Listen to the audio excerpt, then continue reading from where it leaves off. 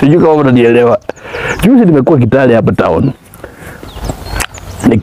Kwa supermarket fulani nilikuwa tunajaribu kuna kitu nilikuwa nataka kununua.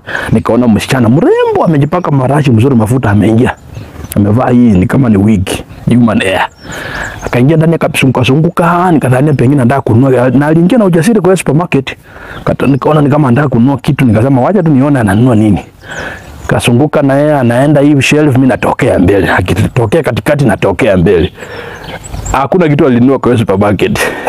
Alitoka nikatoka. Nikasema wacha nione pengine alikuwa anataka hajapata kwa supermarket. Kaingia kwa ingine. Kitale tuko na supermarkets karibu 3-4 town. Akaenda kwa hiyo next, nikafuata. Anaenda akazunguka, mimi hakuna kitu alinunua kwa supermarket ya pili. Kaingia 3.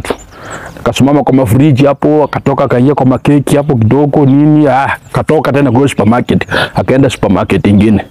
Nikasema wacha nifuate tu, kwa sababu hata mimi sijapanga kununua kitu leo. Akaingia kwa hiyo nyingine, akasunguka kwa ice cream kidogo, kwa vitu tu hapo tu, na akatoka. Alitoka nikatoka, kapita town kidogo kwa street fulani hivi. Nikaona akaenda, nikatokea mbele, nikaona ametokea huko, akaenda bora akafuata njia show ground, akaenda.